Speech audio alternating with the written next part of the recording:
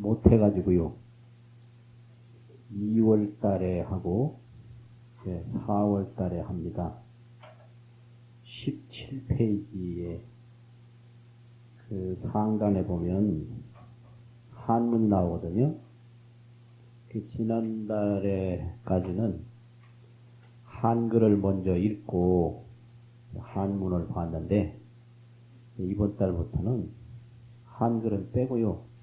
한글은 각자 읽으시면서 복습하시고 바로 한문경전을 중심으로 공부를 하겠습니다. 이시의 세존이 이때에 부처님께서 종미간하야 출청정광명하니, 이제 화엄경에는 방광이라고 그래가지고, 방광이라고 그러는 게 이제 방출한다, 또 광명이다, 이게 방광인데, 빛을 뿜어낸다, 빛을 비춘다, 이런 뜻이거든요. 그런데 화엄의경에 10도방광이라고 방광을 10번을 합니다. 10번 하는데, 여기서는 이제 발바닥에서부터 그 머리 위 정수리에까지, 그래서 이제 정상광도 하고, 미관광, 면문광이라고 그래가지고, 면문을 이벌면문이라고 그러거든요. 또 만자광이라고 그래가지고 가슴에 만자에서도 하고, 배꼽에서도 하고, 무릎, 손바닥 뭐 이렇게 10번을 방광을 하는데, 여기서는 미간에서 양 눈썹 사이에서 방광을 하는 겁니다. 부처님의 양 눈썹 사이에서. 그래서 미간으로부터, 종자는 미간에서부터 시작해서 미관으로부터, 이 소리죠, 종자는. 출이라고 하는 건 내뿜는다, 낸다, 이런, 뭘 내느냐, 청정광명을 내뿜으니.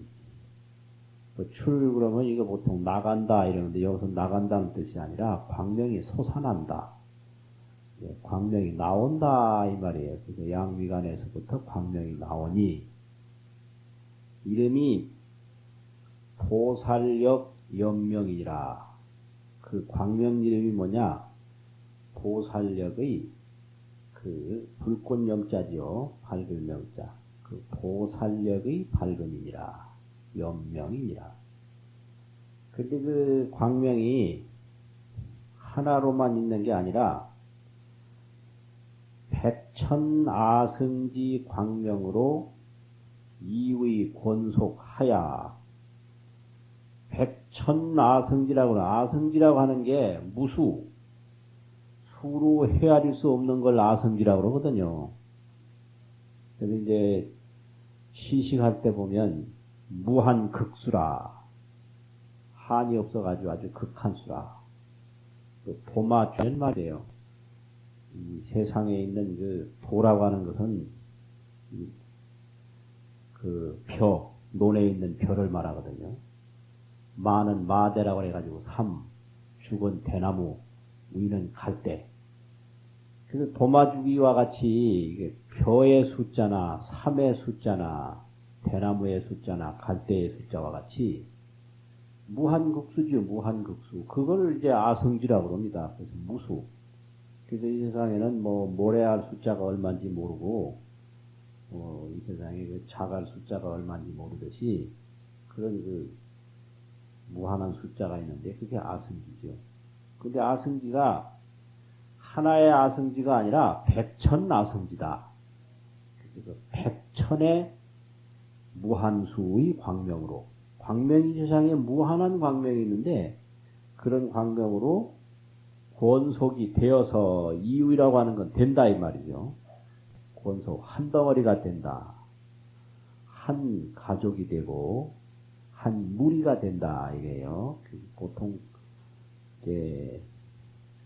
가족이라고도 하고, 옛날에는 식구라고 했는데 요새는 식구란 말을 잘 안 쓰더라고요. 한 식구, 가족 뭐 이렇게 되는데, 그래서 이거를 이제 불교에서는 가족이라고 잘 안 하고요. 권속이라고 그래요. 한 무리. 권속이 되어서 보조 시방 일체 세계하야. 그 광명이 그럼 뭐 하냐? 그냥 가만히 있는 게 아니라 시방, 온 우주에 일체 세계를 널리 비춘다 이거죠. 광명의 기능은 비추는 데 있는 거니까요.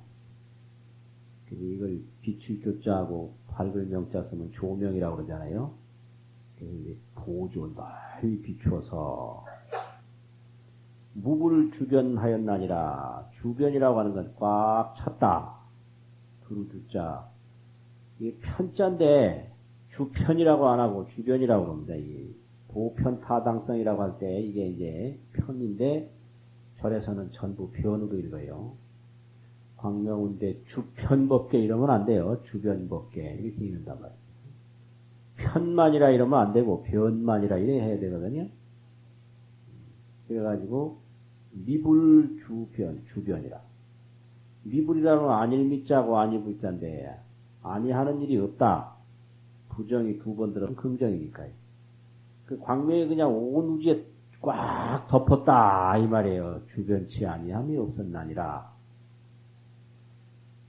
사막도고가 지옥하기 축생 사막도의 고통이 개득 휴식하였나니라.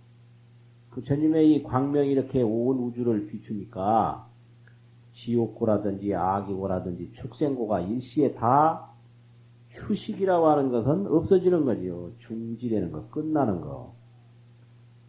쉰다 이러는데 쉬는 게 뭐냐 안 하는 거죠. 고통이 있었다고 없어지면 그 개득이라고 하면 뭐더라 뭐더냐 뭐더라 식었다. 이게 뭐냐 광명은 건 추는데 그 광명이 비출 때 무슨 일이 일어나는가? 그 어리석음이 없어지죠. 광명이 비춰지면. 그러면 어떻게 되느냐? 어리석음이 없어지면 모든 고통은 어리석은 데서 나오기 때문에 고통이 또 없어지는 거예요. 예를 들면 이제 빈 집에 들어갈 때 그 안에 뭐가 있는 것과 같이 겁을 잔뜩 먹고 무서워하다가 그 집안에 불을 탁 켜면 환하게 보이니까 무서운 생각은 일시에 다 없어지는 거거든요. 그러니까 인간이 이게 이제 아주 중요한 문제인데 뭘 얻어야 행복하냐, 뭘 알아야 행복하냐 이 두 가지가 있는데 알아야 하느냐, 얻어야 하느냐 이런 문제가 있는데 부처님은 아는 방법으로 행복을 얻으신 분이에요. 그걸 깨달음이라고 그러는 거죠. 그래서 우리가 몰라서 불행하냐, 없어서 불행하냐 이런 게 있는데 어떻게 생각하세요? 우리가 몰라서 불행한가, 없어서 불행한가? 못 깨달아서 불행한가? 가진 게 없어서 불행한가? 그래서 이제 이거는 논어 같은 데서도 아침에 도를 알면 저녁에 죽어도 좋다. 이런 말이 있거든요. 조문도면 석사가인이라. 이런 말이 있는데 과연 인간에게 가장 필요한 게 뭐냐? 물질이냐, 지혜냐? 이런 이제 문제가 있어요. 이제 이런 문제가 있어서 광명이라고 하는 것은 지혜의 빛이죠. 그래서 지혜의 빛이 쫙 비칠 때 어리석음의 어두움은 사라져버리고 어리석음의 어두움이 사라지면 그 어리석음으로부터 나온 고통은 없어진다. 이런 거거든요. 이런 거에서 참 중생들 맨날 주야로 잠을 못 자는데 왜 잠을 못 자는가? 가진 게 없어서 잠을 못 자는가? 뭘 몰라서 산다는 게 뭐고 죽는다는 게 뭐고 행복이 뭐고 불행이 뭐고 그런 걸 뭐, 우주에 허망한 것이 뭐고, 진실한 것이 뭐고, 그런 실상을 몰라서 잠을 못 자는가? 어떻게 생각하세요? 가진 게 없어서 잠을 못 자나? 아무것도 가진 게 없는 동물들도 벌써 잠 잘 자는데, 동물들 잠 잘 자요. 잘 자는데, 이거 뭐 잘났고 영리하다고 뽐내는 사람만 잠 못 자는 현상이 있거든요.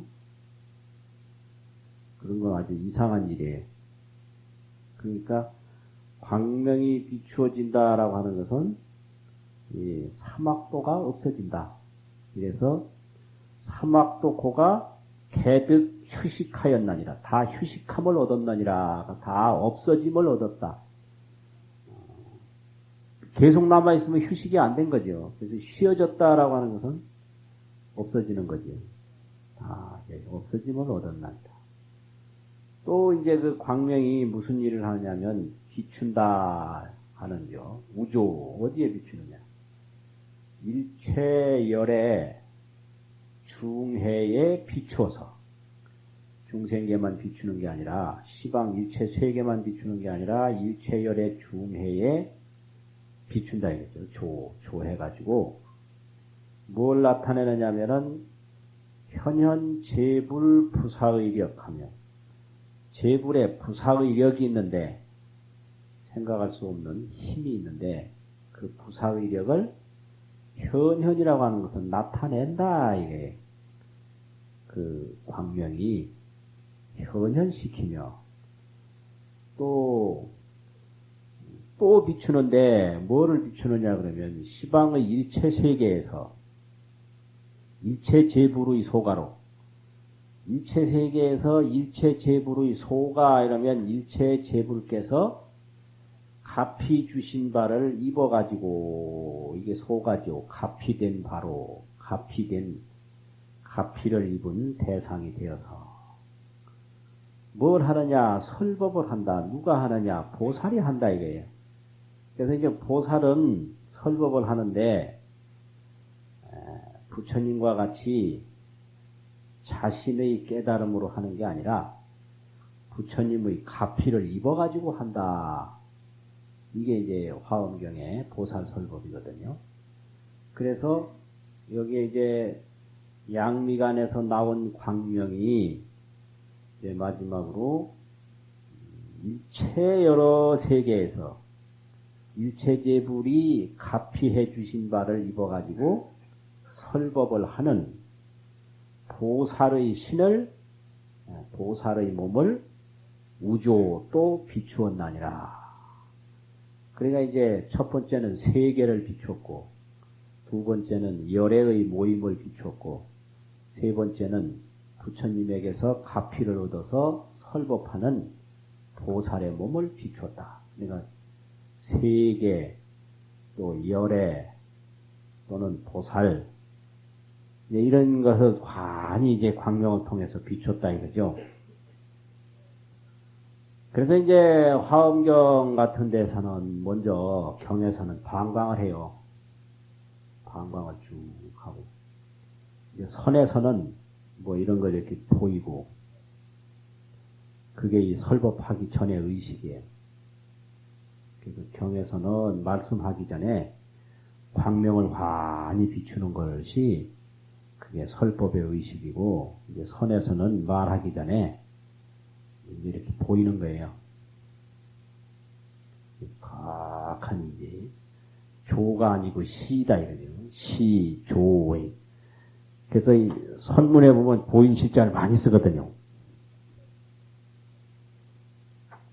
시, 그래서 여기서 여기도 보면은 이 빛의 조자를 여러 번 썼지 않습니까? 이게 있는데 이게 이제 경이고요. 경이고 이제 선에서는 이 시자를 쓰는 거예요. 그래서 이거는 선이다 이거.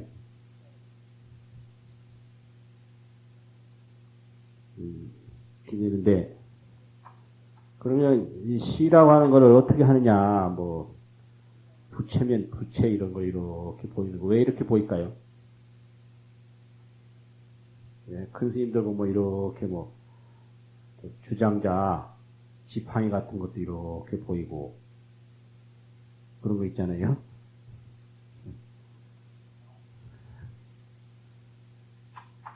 그게 이제 그 깨달음 세계라고 하는 것은 알기는 아는데 말하기는 힘들어요. 그런 게 있어요. 그래서 가지요 불가설이라 뒤에도 나오는데 그래서 알기는 아는데 말하기는 힘들다고. 그래서 그 아는 세계를 이렇게 보이는 거예요. 그리고 그걸 근데 이 보이는 걸 통해서 서로 통하면 벌써 이제 설법이 이루어진 거죠. 근데 이렇게 보여서 모르면 설명을 해야 되거든요. 그건 벌써 이제 한 단계 내려가는 거죠.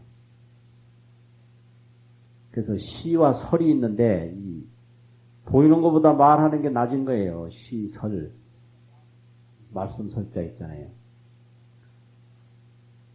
그러니까 아는 사람끼리도 표정 척분 알아먹어야 되지. 그 심정을 하나하나 설명하다 보면 그 뭐 영 재미없죠. 그래요. 이 진리라고 하는 것도 그래요. 그래서 말을 논리로 하는 거는 그 가짜예요. 논리는 그 논리는 가짜입니다. 그래서 이제 내용이 헛된 것이기 때문에 그것을 헛되지 않은 것처럼 묘하게 그렇게 치장을 해서 만들어 놓는 거지. 그래서 논리라고 하는 것은 얼굴에 화장하는 것과 같거든요. 그래서 화장이라고 하는 것은 그건 꾸민 거지. 본 얼굴이 아니듯이. 이론적으로 무장하는 것은 내용이 허할수록 이론적으로 무장을 하려고 그래요. 근데 여기 이제 설법이라고 하는 것은 먼저 광명을 환히 비춘다. 그 다음에 이제 깨우침으로 들어가는 거죠. 말을 하는 거. 그 말을 하되 그 지혜를 전달하는 것이지 논리를 체계화해서 뭐 논리로 설복을 하고 그냥 정복을 하고 그게 아니거든요. 그래서 사람과 사람 사이에도 신경질 나서 싸울 때는 논리화 해가지고 막 하거든요. 다정다감할 때는 말에 논리가 없어요. 그냥 정과 정을 주고받을 때가 좋은 때고 이제 서로 자기의 주장을 논리로 펼 때는 그건 거의 끝나가는 때예요. 아주 논리가 철저하면 그건 끝나가는 거죠. 그게 아주 재미있는 거거든요. 그래서 이렇게 시설 더 보이고 이제 얘기하고 광명으로 이제 비추고 얘기를 한다. 이렇게 이제 의식이 형성됩니다. 그리고 이 광명이 작시사의하고 이러한 일들을 해서 끝내고 작자는 하고 시사 이러한 일들을 위에 세 가지 일을 얘기했지 않습니까? 세계를 비추고 부처님을 비추고 보살을 비춘다. 그걸 말하는 거죠. 이 일이라고 하는 것은 이 일을 해서 마치고 그래서 이자는 몸기자가 아니고 끝낼 이자거든요. 그 중간쯤 올라가면 끝낸다. 이런 뜻이죠. 완전히 이제 위로 올라가면 뱀사자고 그 밑에 핵과 딱 붙으면 몸기자고 그 세 가지 구분이 있는 글자예요. 그게. 하고서 상허공 중에서 이렇게 이제 광명을 다 비추고 나서 그 광명이 상허공 중에서 성대광명 운망대하야. 강자인데 이게 글자가 이게 그물망자라 해야 되는데 이게 별이 강자거든요. 별이 강이 뭐고 그물망이 뭔지 아세요? 차이가 어떻게 나는지 모르시는 분도 계실 거예요. 그거 비슷합니다, 아주. 그래서 요거는 삼강오륜이라고 하는 강자죠, 요 강자가. 그런데 망을 형성한다, 뭐 네트워크처럼 망을 형성한다, 그 망은 그 위에 그 이질망한 거 그겁니다. 이왕 공부하는 김에 글자도 한자 확실히 알아놓죠. 요 강과 망의 차이점이 뭐냐? 강과 망의 차이점이 뭐냐? 이 강은 지금 글자 그대로고요. 망은 여 실사변에 예 이렇게 쓴 거예요. 요게 이제 그물 망자예요. 그 滅산을 하면 안 되는 거죠. 그거 비슷해서 그게 이제 틀리기 쉬워요. 그래가지고 아주 그물을 형성한다 이거죠. 그래서 滅산을 하면 강이고 이절망을 하면 망이다. 이게. 그래서 운망대, 광명, 구름의 그물과 같은 그 돈대. 그물과 같은 대라고 하는 건 터전이죠. 그물과 같은 터전, 그런 대를, 성 이루어서 딱 머물러 있었다, 이거죠. 그래서 광명, 대광명, 운망대를 이루어서 머물렀나니라. 구름이요, 운망대라. 구름, 그물의 털을 이루어가지고 공중에 딱 광명이 머물러 있었다. 이 얘기입니다. 근데 시방제불도 그때에 서가모니 부처님만 그런 게 아니라 시방에 있는 모든 부처님도 시령여시하야 다 또한 이와 같아서 종미간하여 미간으로부터 출청정광명하니 청정광명을 내니 기광의 명호와 그 광명의 명호라는 건 이름이지요. 권속과 작업이라고 하는 일이란 말이요. 실동어차하니라 다 여기서 보인 거와 같았나니라. 차라고 하는 것은 위에서 설명한 그 서가모니 부처님의 광명과 같았다. 이것이 이제 화엄경의 중중무진이라고 하는 건데요. 중중. 여기서만 그런 게 아니라 저기서도 그러고 저기서도 그러고 저기서도 그러고 거듭 중자가 있거든요. 무거울 중자인데. 근데 이 무거울 중자가 거듭거듭 한다 그럴 때는 중 가볍게 발음을 해야 되고 아주 중요하다 할 때는 이제 길게 발음해야 되고 그런데 화엄경은 이제 중중무진이라 과거에도 그렇고 현재에도 그렇고 미래에도 그렇고 동서남북 어디나 시방세계에서 다 그렇게 했다. 이게 이제 화엄의 세계관입니다. 이렇게 돼서 시방의 부처님의 광명도 다 서가모니 부처님의 광명과 같았다. 그래서 실동어차하니라. 다 여기와 같았나니라. 역조. 근데 다른 이제 시방의 부처님의 광명도 또 서가모니 부처님의 세계를 비추고요. 서가모니 부처님의 광명도 시방의 부처님의 세계를 비추고 이게 이제 서로 또 비추는 거예요. 이게 이제 맞는 거예요. 이것이 그래서 이제 화엄 세계관으로 보면은 이 사람이 저 사람을 비추고 저 사람이 이 사람을 비추고 이게 이제 화엄 세계관입니다. 그래서 이게 평등과 협력 이게 화엄 세계죠. 그래가지고 또한 차 사바세계의 이 사바세계의 부처님과 급대중과 요 급자나 병자나 다 와와 하는 접속사입니다. 이게 불과 대중과 병 또 아울러 금강장 보살 신과 또 금강장 보살이 앉아있는 사자자를 비추어서 마치고 다 끝내고 그러니까 시방의 그 부처님의 광명이 서가모니 불과 서가모니 불의 대중과 금강장 보살 몸과 금강장 보살이 앉아있는 사자자를 다 비추어서 마치고 상허공 중에서 역시 또 저 위 허공 가운데에서 성대광명 운망대하야 운망대하였나니라. 대광명 운망대를 또 이루었다. 여기도 강자가 내내 망자죠. 그래서 대광명의 그 구름대를 이루었나니라. 때에 광대 중에서 그 광명의 운망대 중에서 이 재불위실력으로 재불위실력을 쓰는 거로 재불위실력 때문에 제불의 의실력에 의해서 이설 송언호대 개성을 설하여 말하되. 이게 이제 화엄경인데요. 여기서 이제 얘기는 광명이 설법을 하는 거예요. 광명설법.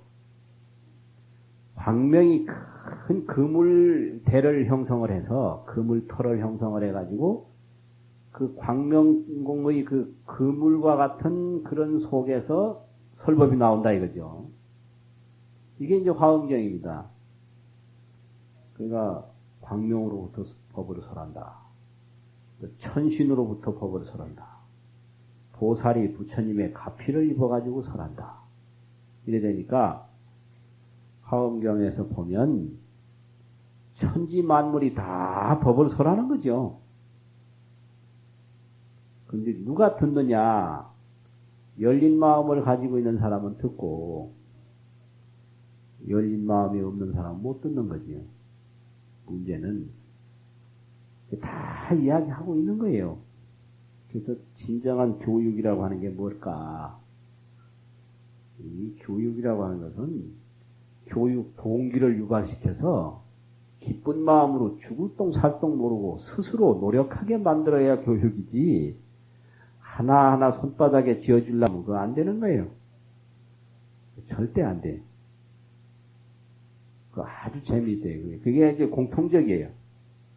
그래서 불교의 중생교화한다고 하는 것은 중생을 대신해서 공덕을 지어주는 게 아니라 중생이 발심수행해서 공덕 지토록만 하면 끝나는 거죠. 그게 중생교화하는 거죠. 그래서 어떻게 하면 그 불심을 일으키게 하는가, 그것까지만 하면 되거든요. 그렇듯이 이 제불의실력고로 이제 광명 속에서 법을 설한다. 그러면 이것은 이제 지혜만 열려 있으면 항상 주야로 설법이 있는 것을 느낄 수 있다라는 것이 여기 증명이 되는 거죠. 그러면 그 부처님의 광명 속에서 뭐라고 그러느냐? 이건 광명 속에서 나오는 이야기입니다. 이게 이제 화엄경의 그 구성이에요. 구성이 아주 멋지죠. 그 부처님이 직접은 말하지 않는데 부처님의 광명이 말을 하고 부처님의 가피를 입은 보살이 말을 한다. 그러면 이제 그 부처님의 그 의실력 때문에 광명 속에서 어떻게 되느냐. 불의 무등등이 여 허공하며, 부처님의 무등등이, 등등이 없다. 등등이라고 하는 건 비슷비슷한 건데, 부처님의 그 가장 뛰어난 면이 허공과 같으며, 심력과 무량의 성공덕이며, 부처님에게는 심력이 있고 또 무량의 성공덕이 있다 이거죠. 한량없는 훌륭한 공덕이 있으며, 인간에서 최성이며 세중에서 상이니, 인간 속에서 최성이라 가장 훌륭하며 세상 속에서 으뜸이다. 이상자라고 하는 것은 으뜸이다 이거지. 으뜸이니 석사자법이, 그런 그 석사자는 부처님이에요. 사자. 그래서 석사자법이 부처님 법이 가업피로다. 저 금강장 보살에게 전해졌다. 더 할까 짜거든. 가피가 됐다. 더 입혀줬다. 금강장 보살에게 깃들여졌다. 이런 소리죠. 불자가 당성 제불력하여 불자가 마땅히 제불의 힘을 이어받아서 개차 법왕의 최성장하여, 이 법왕 역시 부처님이죠. 부처님의 최성장이라 가장 훌륭한 법장, 가장 훌륭한 부처님 법문을 개설한다는 얘기, 열은다 이런 거 설법을 해가지고 제지 광지의 승묘행을, 제지라고 하는 것은 이제 십지니까 초지에서부터 제10지까지니까 제지지요. 여러 지위의, 또 거기에는 광지, 넓은 지혜가 있고, 또 그 지혜에서 나타나는 성묘행, 훌륭하고 미묘한 행을 이 불의신으로 부처님의 의실력으로서 분별설이여다. 분별이라고 하는 건 해석을 뜻하는 거지. 해석하여 말지어다. 부처님의 이제 가피를 입어가지고 설법을 하라. 이게 금강자고사한테 이렇게 이야기를 하는 겁니다. 부처님 광명 속에서 이렇게 이야기를 하는 거지. 야구이 선석소면, 야구이라고 하면 된다면, 약자는 그래서 만약 약이니까 야구이 그럼 된다면, 만약 그렇게 된다면 가정이죠.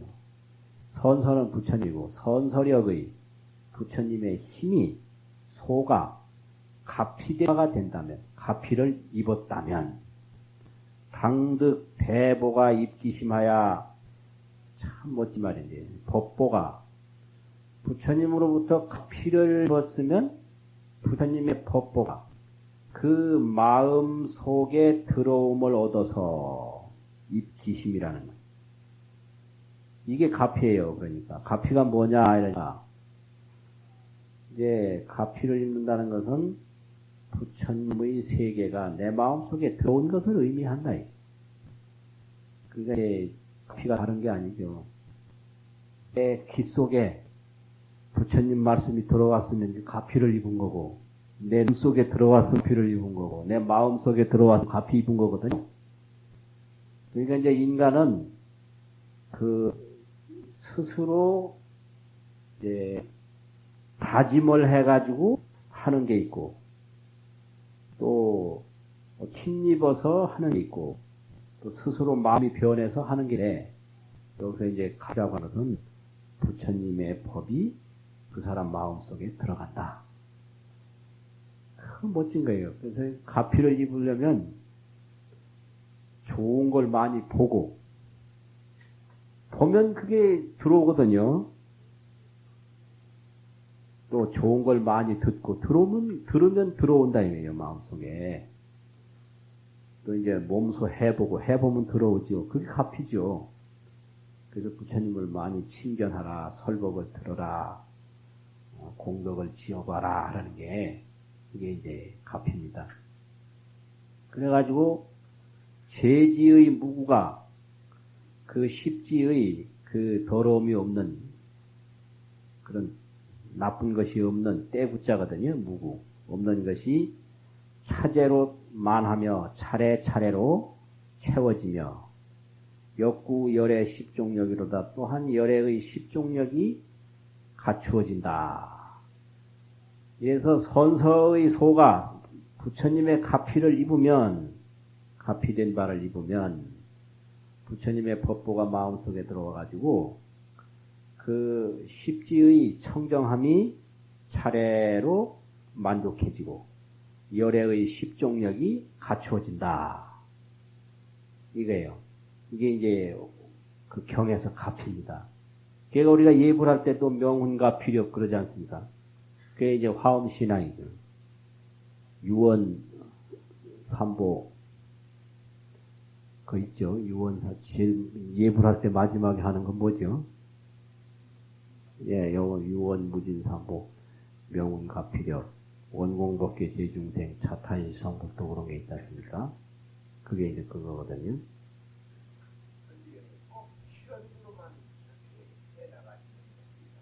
예? 여기, 뒤에는 또 5원이거든요. 그래서 화엄경에는 7원도 있고 5원이 주로 많습니다. 예, 5원. 그 이제 중국 사람들이 번역을 하면서 그렇게 운에다가 맞춘 거죠. 그래서 이게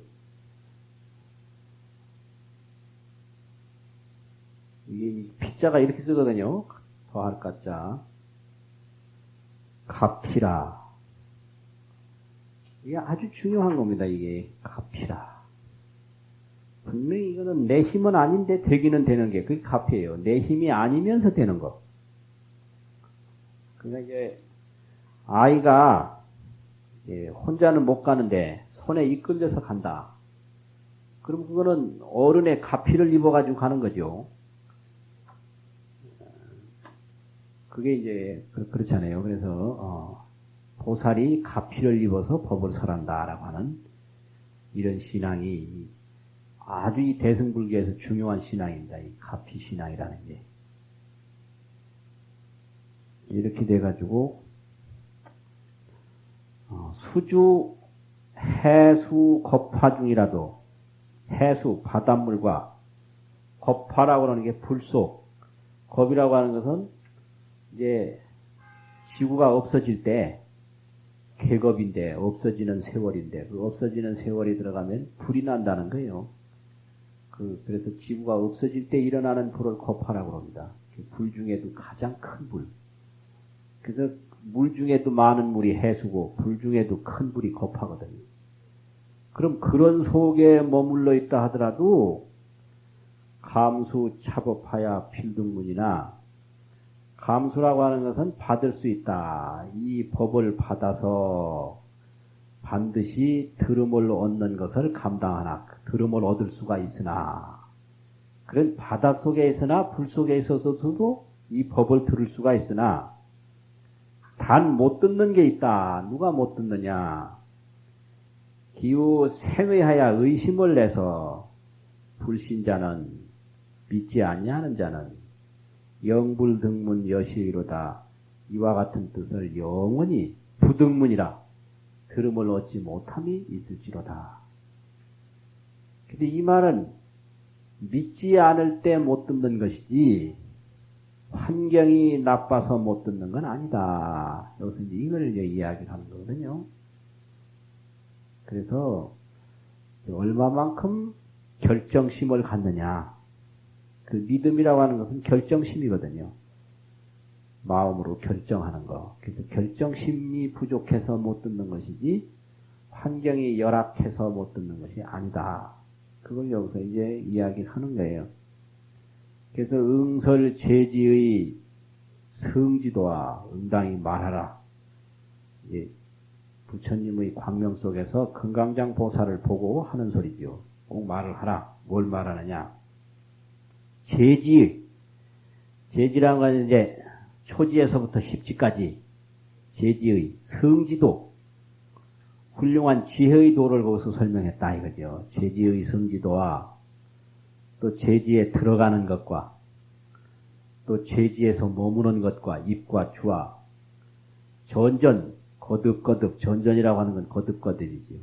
차 수습과 차례차례로 수습, 닦고 익히는 것과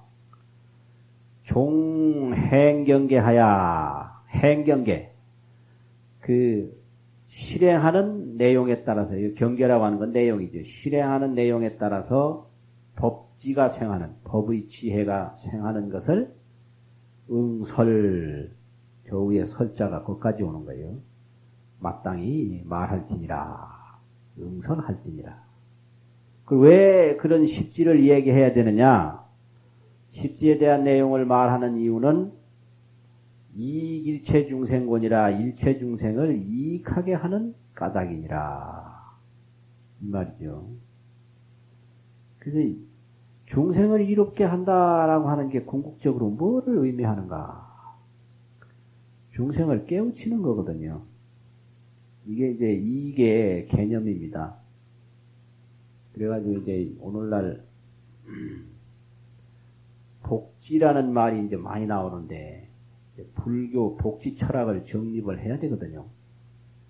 그럼 이제 불교 복지 철학을 이제 보면은 재앙에서 구해주는 것도 있고 또 고통에서 구해주는 것도 있는데 궁극적인 건 깨우치는 게 그게 구하는 거예요. 그러니까 이제 재앙이라고 하는 것은 무슨 자연재난 같은 거 이런 거를 구하는 것도 복지고 또 여러 가지 그 고통에서 구해주는 것도 복지인데 문제는 어리석음으로부터 벗어나게 하는 것이 궁극적으로 중요하다. 그래서 이제 이 불교의 이 자비정신을 구체화해서 복지 사업으로 펼쳐져야 되는데 이 복지기관에 가보면요 그 이념이 어디로 실종돼 가지고 현상 유지하는데 급급해요. 절절절절 매요. 그래서 현실과 그 이상은 그 거리가 굉장히 많더라고요. 그래서 그게 아주 그냥 심각해요, 그게. 그래서 복지라고 그러는 게 과연 뭐 하자는 거냐. 아주 그냥 중요하더라고요. 그래서 여기서 이제 이익일체 중생곤이라. 그럼 이익이라고 하는 의미가 뭐냐? 이게 뭐가 이익이냐라는 거죠. 그러니까 재앙에서 벗어나게 하는 것도 이익이고, 빈곤과 질병에서 벗어나게 하는 것도 이익인데, 더 이익 중에 큰 이익은 어리석음에서 벗어나게 하는 게 더 큰 이익입니다. 그래서 이런 불교의 자비정신을 가정에서도 이념화해야 돼요. 그러니까 아이들이 사고 안 당하게 하는 거, 애비, 지지 이런 거 있잖아요. 지지라는 게 뭐예요? 그칠 진짜 2개 써가지고 지지, 그만둬라 하지 마라 이거거든요. 애비 무섭다. 예? 그거는 사고에서 벗어나게 하는 거 아니에요. 배고프면 밥 주지요. 추우면 옷 주지요. 병 나면 약 사다 주고 병원에 가지요. 그건 질병에서 벗어나게 하는 거 아닙니까? 그까지가 부모가 하는 거거든요. 그거 안 돼요. 그래서 이제 어리석음에서 벗어나게끔 할 때 그게 옳은 부모가 된다 이거예요. 그래서 잘못된 생각을 막 심어가지고 얼토당토하게 그냥 못된 짓 하고 평생 살아가게 하는 부모가 있거든요. 그래, 다른 사람은 생각지도 않고, 지멋대로 그냥 막 휘젓고 돌아다니는 거, 내버려 두는 거, 이런 거. 이거는 아주 부모가 아주 모자란 부모죠. 그래서 맨날 그런 얘기 하잖아요. 자동차 운전하려면 면허증이 있어야 하듯이, 아이 낳으려면 먼저 면허증을 받고 아이를 낳아.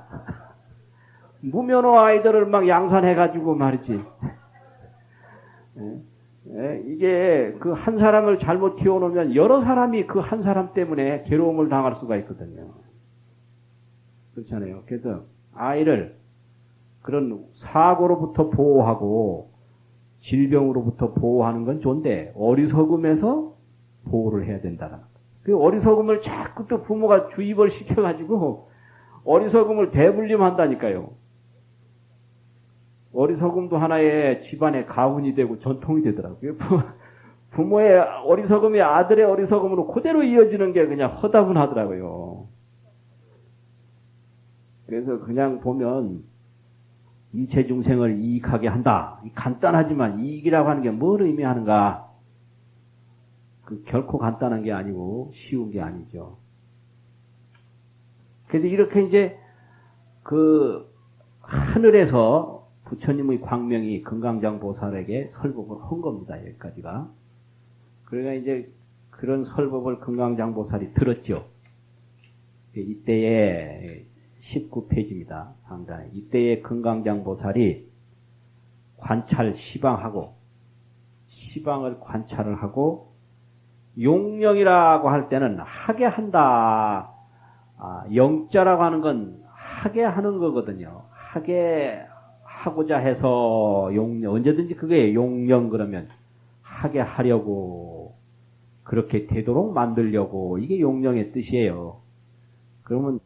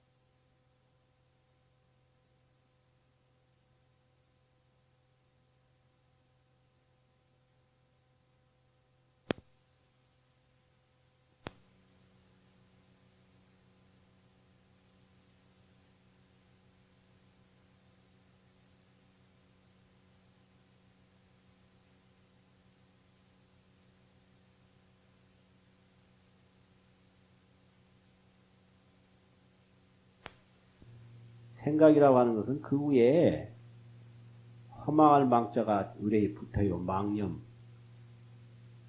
망념으로 열애의 도를 헤아릴 수가 없다. 근데 이게 이제 누가 망념에서 과연 벗어날 수 있겠는가? 이게 아주 문제예요, 문제. 그래서 여기서는 이제 염이 아니라 모든 염을 여의었으니 열애의 세계를 망념으로 보기를 자꾸 구해도 불가득이라 얻지 못함이로다. 그 열애의 세계는 여기 주어가 열애 대선도를 말하는 거거든요. 지금 뭘 설명하고 있는가? 열애의 대선도, 그걸 설명하고 있다. 열애의 대선도는 무생이며 영무멸이며 나는 것도 아니고 없어지는 것도 아니며, 이게 이제 생각으로 헤아리기 어려운 내용이에요. 무생무멸이라는 게. 분명히 이게 무생무멸이라는 게 이게 아주 최고의 난제 중에 난제입니다. 왜 그러냐면 우리는 다 이 생로병사를 지금 고뇌하고 있거든요. 생로병사. 그런데 열애의 대선도는 무생무멸이라. 나는 것도 없고 없어지는 것도 없다. 이게 이제 깨달음의 세계입니다. 그래서 이런 그 무생무멸을 깨달았을 때 죽고 사는 것은 뭐냐? 난 것이 난 것이 아니고 죽는 것이 죽는 것이 아니다. 이걸 깨닫는 거예요. 그러니까 이게 이제 세속적으로는 어떻게 하면 잘 태어나고 어떻게 하면 잘 죽느냐. 그죠? 복되게 태어나서 복되게 죽는 거.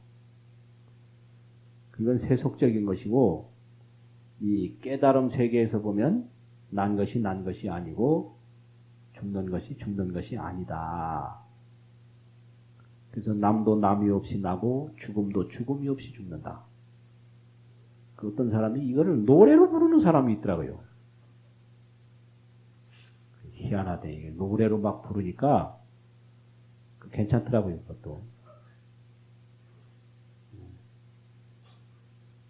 그게 재미있는 게요. 바다에 파도가 한번 이렇게 일어났단 말이에요. 그리고 그게 바닷물로 보면 일어남이 없이 일어난 거죠. 그게. 일어나나 안 일어나나 마찬가지 아니에요. 또 파도가 사라진단 말이에요. 그럼 바닷물로 보면 사라짐이 없이 사라지는 거거든요. 그래서 남도 남이 없이 나고 죽음도 죽음이 없이 죽는다. 그것만 알면 모든 고통에서 벗어나는 거예요.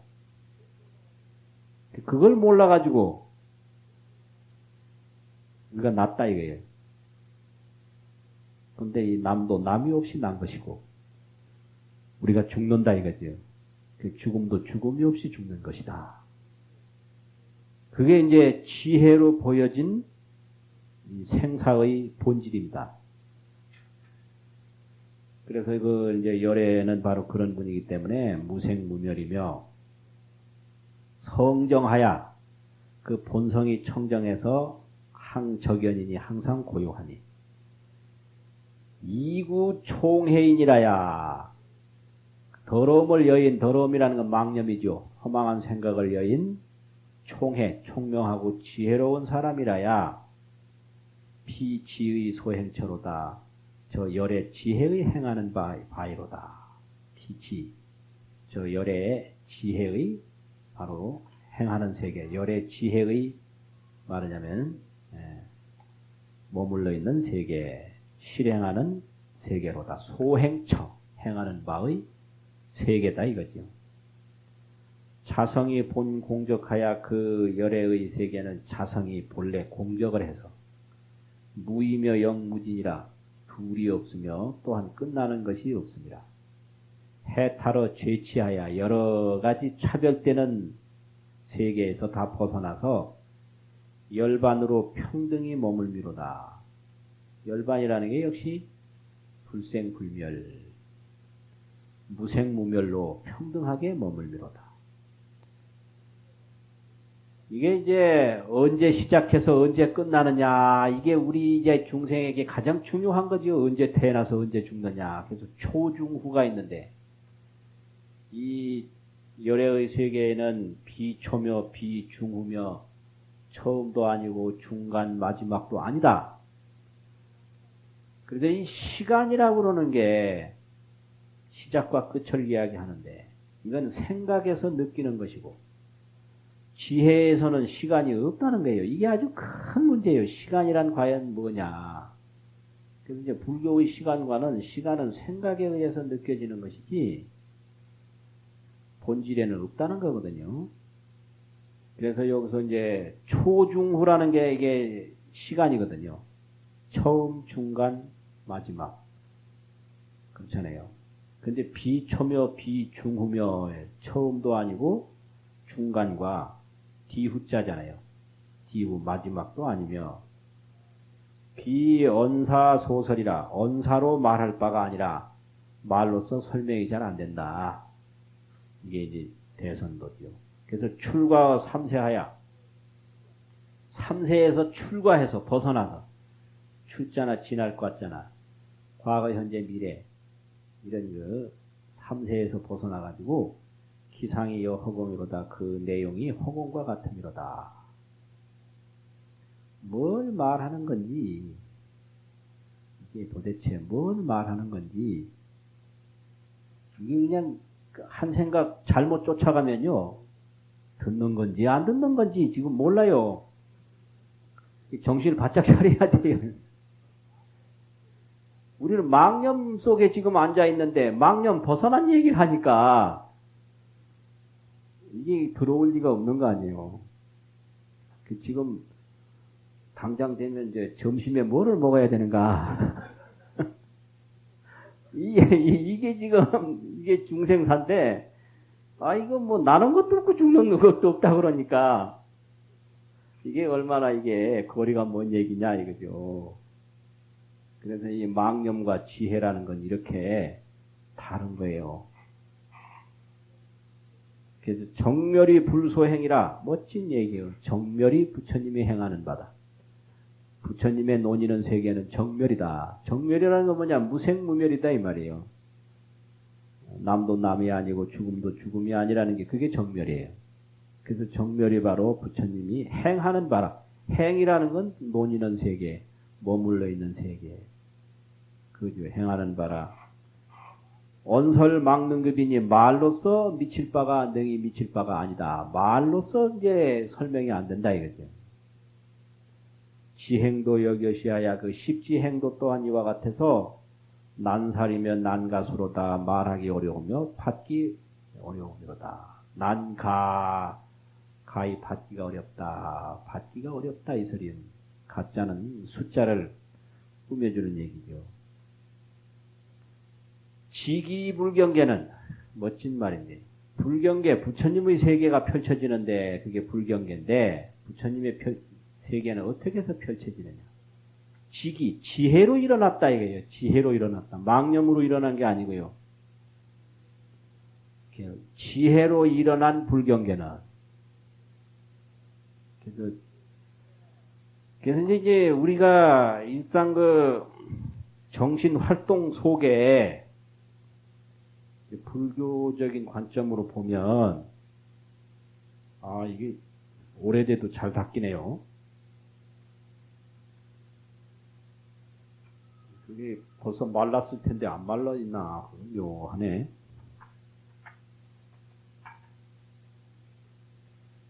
이게 염이라고 하는 게 있다 이 말이죠. 그 다음에 지라고 하는 게 있다는 거예요. 그런데 부처님의 세계는 지혜에 의해서 생긴다. 이게 직이죠. 또 중생의 세계는 망념에 의해서 생긴다. 그러면 염기예요. 염기, 직이. 이 멋진 말이에요. 염기가 뭐냐? 이 세상에 있는 모든 그런 자기가 중요하다고 생각하고 자기가 좋아하는 것은 자기 생각에 의해서 나타난 것이다. 이게 염기라는 얘기. 그러니까 내 물건이 좋지 않습니까? 그 물건이 좋은 게 아니라 내가 소중하게 여기니까 좋게 보이는 거죠. 그 염기죠. 이게 이제 일체유심조예요. 심생법생이라고. 마음이 생기면 우주가 생긴다. 바로 그거예요. 그게 염기입니다. 염기. 그런데 무생무멸로 이렇게 펼쳐지는 것은 그건 지혜로 봐야 무생무멸이 되는 거지 망념으로 보면 절대 안 돼요. 그래서 지기불경계라는 거예요. 멋진 말이에요. 이게. 지혜로 일어난 불경계는 그 밑에 어떠냐. 비념이며 이 심도라. 망념이 아니며 허망한 생각이 아니며 여기서 심자라고 하는 것은 마음이라고 하는 명사가 아니라 생각한다라는 동사로 봐야 돼요. 생각하는 길을 여였다. 심도를 여였다. 여기서 심자는 망심, 허망한 마음을 말하는 거예요. 그래서 이 한문이 어려운 게 바로 이게 같은 글자가 명사로 되고 동사로 되고 좋은 걸로도 쓰이고 나쁜 걸로도 쓰이고 이게 이제 그 한문의 약점이고 또한 강점이에요. 그래서 비념이며 이 심도라. 생각의 길을 여였다. 생각의 길이 끊어졌다. 비온계 처문이며 온 18개 12처 문이 아니며 이거 멋진 말이 또 있는데 지지요 의불급이라. 지혜로서 알 수 있는 것이요 생각으로 미치지 못함이로다. 그 밑에 의자는 생각이고요. 지혜로 알아요. 지지의 불급. 불급이라고 하는 건 못 미친다. 도달하지 못한다 이거든요. 의는 여기서 생각이거든요. 지지요 의불급이라. 그러니까 이제 지혜로 보면 뭐 알 수 있는 게 있어요. 이게요. 지혜로 보면 분명히 있다고. 그거를 찾아내는 게 그게 깨달음이거든요. 그래서 인간 속에는 지혜의 보물단지가 있는데 그걸 개발을 못해요. 그래서 생각의 망념에서 지금 헤매고 있다 이거예요. 근데 이 지혜를 찾아라. 그래가지고 이 지혜를 개발시키는 것이 아주 중요한 문제죠. 그래서 이 지혜의 세계가 이제 바로 열의 대선도인데, 열의 대선도가 다른 걸로 비유하면 여 공중주 조적을 난설난가시하야. 공중의 새 발자국을, 허공 속에는 무한한 새 발자국이 있거든요. 그걸 난설이며 말하기 어려우며 난가시 보이기 어려운 것과 같아서. 새 발자국을 어떻게 볼 수가 있겠습니까? 그거와 같아가지고 여시 십지의도 이와 같이 십지의 뜻도 심의로 불능요로다. 마음 생각으로 망심과 망의로 심자나 의자나 다 생각이죠. 생각으로서 불능 이 말은 못한다. 요자는 안다. 알지 못함이로다. 근데 어떻게 하면 이제 되느냐. 자비급 원력으로 자비와 원력으로 출생 입지행하여 입지행을 출생시켜서 그 십지에 들어가는 행을 자꾸 만들어내서 차제로 원만심은 차례차례로 원만하게 이루어진 마음은 지행이요. 지혜로서 행하는 것이요. 비여경이로다. 생각의 경계가 아니미로다. 시 경계는 이 지혜의 경계는 난견이니 보기가 어렵나니 가지요 불가설이라. 알 수 있으며 말할 수 없음이로다. 가지 불가설의 경계가 다 있어요. 확실히 그 말로는 부족해요. 근데 아는 건 있거든요. 그 가지 불가설이라는 게 아주 멋진 말이에요. 가지라고 그런 건 알 수 있으며 불가설이라는 건 말할 수가 없다. 이 사람에게 왜 그런 게 있는지 참 답답해요. 아주 답답해요. 그 불력고로 부처님의 힘을 가지고 개연하나니 가지요 불가설이지만은 부처님의 힘을 가지고 불력을 쓰는 거로 개연한다. 열어서 부연하나니 여등은 응경수로다. 그대들은 응당히 공정히 받을지로다. 이 십지를 이제 앞으로 이야기하겠다 이거죠. 여시 지입행은 이와 같이 지혜로 들어가는 행은 억겁이라도 설부진이나 억겁을 말하더라도 말을 다 할 수가 없으나 아금에 단 약설하야. 내가 지금 다만 간략히 말해서 진실의가 무여로다. 그 진실한 뜻이 부족함이 없도록 하겠다. 남음이 없다. 남아있는 여분이 없도록 얘기를 하겠다. 이거 진실의만 이제 보여주겠다 이거죠. 일심으로 공경대하라. 그러니까 법을 듣는 자세가 일심으로 이제 설법을 해달라고 기다려라. 성불력하야 설하리라. 내가 부처님의 힘을 입어서 말하리라.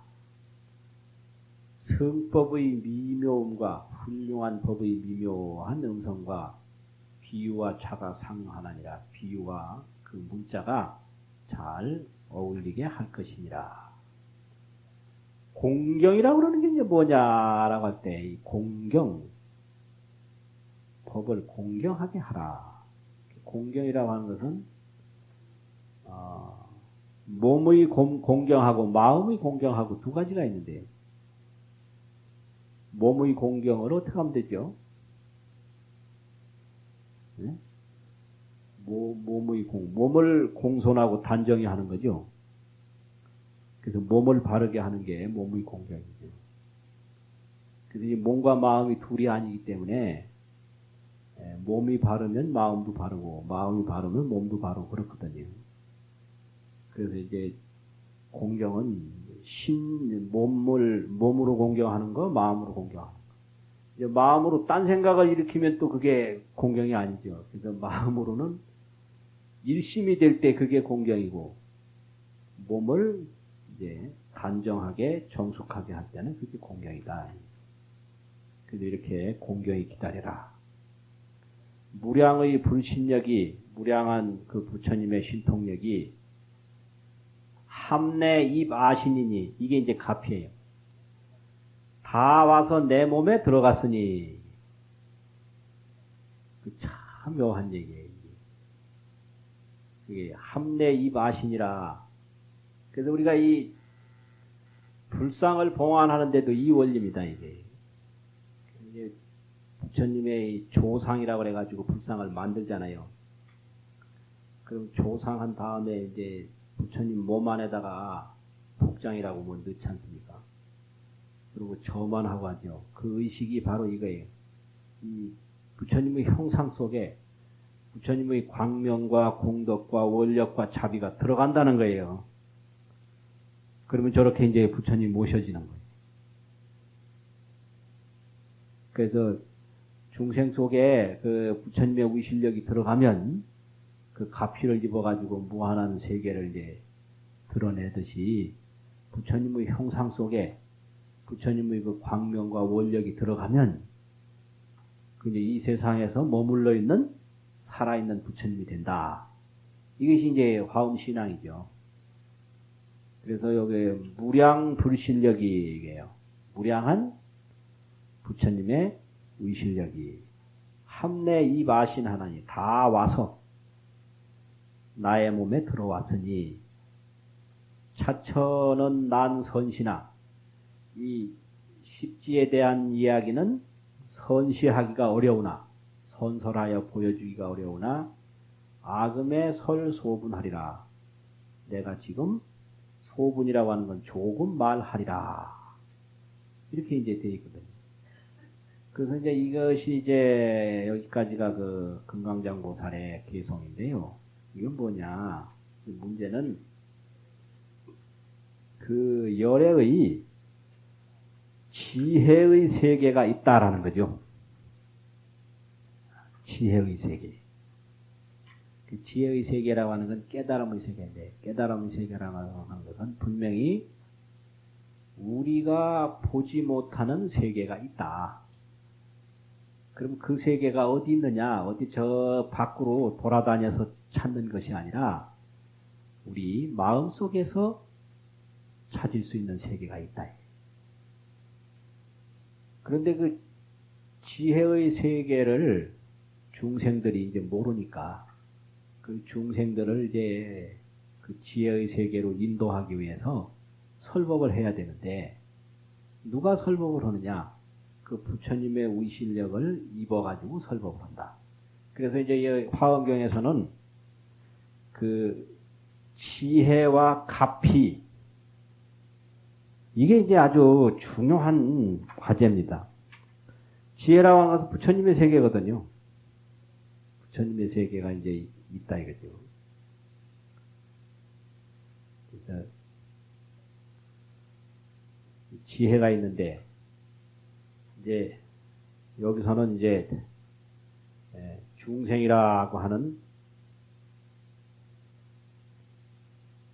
세계가 있는 거예요.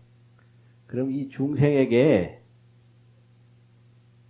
이익을 줘야 되는데,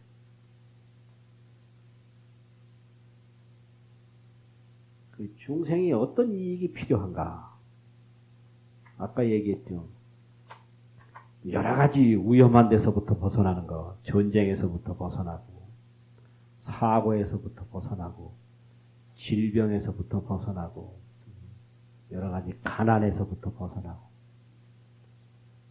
그런 게 있는데, 이거는요, 이게 다 완전치 못해요. 그때뿐이요. 얼마 있다 또 죽음을 맞이하게 되고, 또 위험에 직면하게 되고, 질병이 나오게 되고. 그러니까,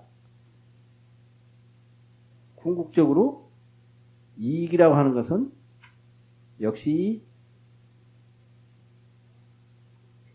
지혜가 이루어질 때 이게 최상의 이익이라는 거죠. 지혜.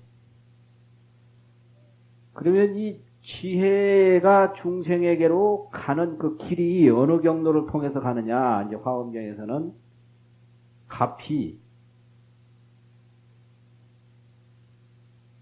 통해서 가는 거죠.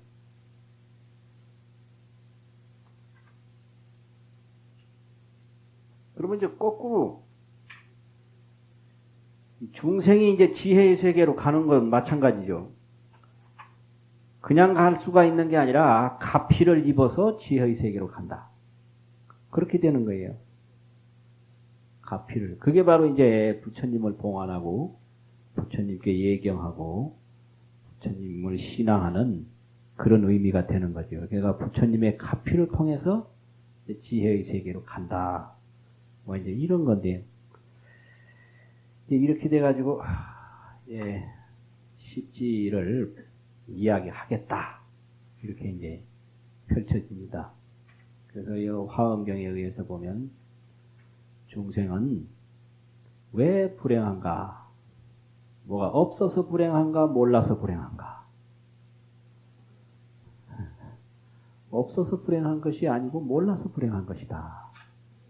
그래서 무지, 지혜가 없어서 불행한 것이지 다른 것이 없어서 불행한 것이 아니다 하는 이제 이런 것이 이제 나와요. 그래서 이 지혜의 도를 이제 계속 이야기하고 있다. 아주 이제 중요한 문제입니다. 오늘은 여기까지만 하겠습니다.